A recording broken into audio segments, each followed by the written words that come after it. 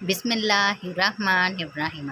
हज़रत अबू हुरैरा रज़ी अल्लाह ताला अन्हु बयान करते हैं, रसूल अल्लाह सल्लल्लाहु अलैहि वसल्लम ने फरमाया, ज़माना क़यामत के करीब होता जाएगा, इल्म ख़त्म कर दिया जाएगा, फितने ज़ाहिर होंगे, दिलों में बोहल डाल दिया जाएगा और हर्ज ज़्यादा हो जाएगा। इन्होंने अर्ज़ किया, हर्ज क्या है?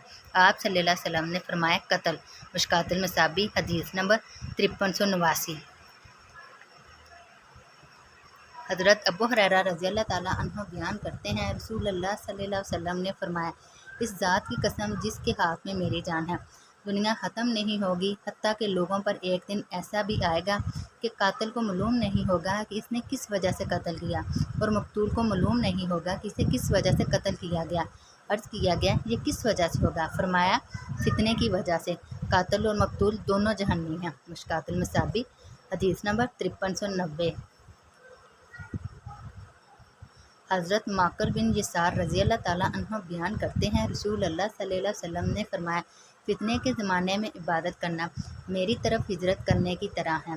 मुश्कातुल मसाबी हदीस नंबर 5391।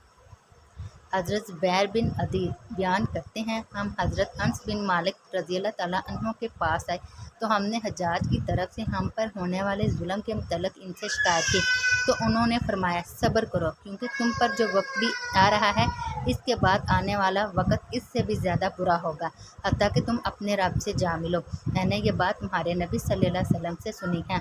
मुश्कातुल मसाबी हदीस नंबर 5392।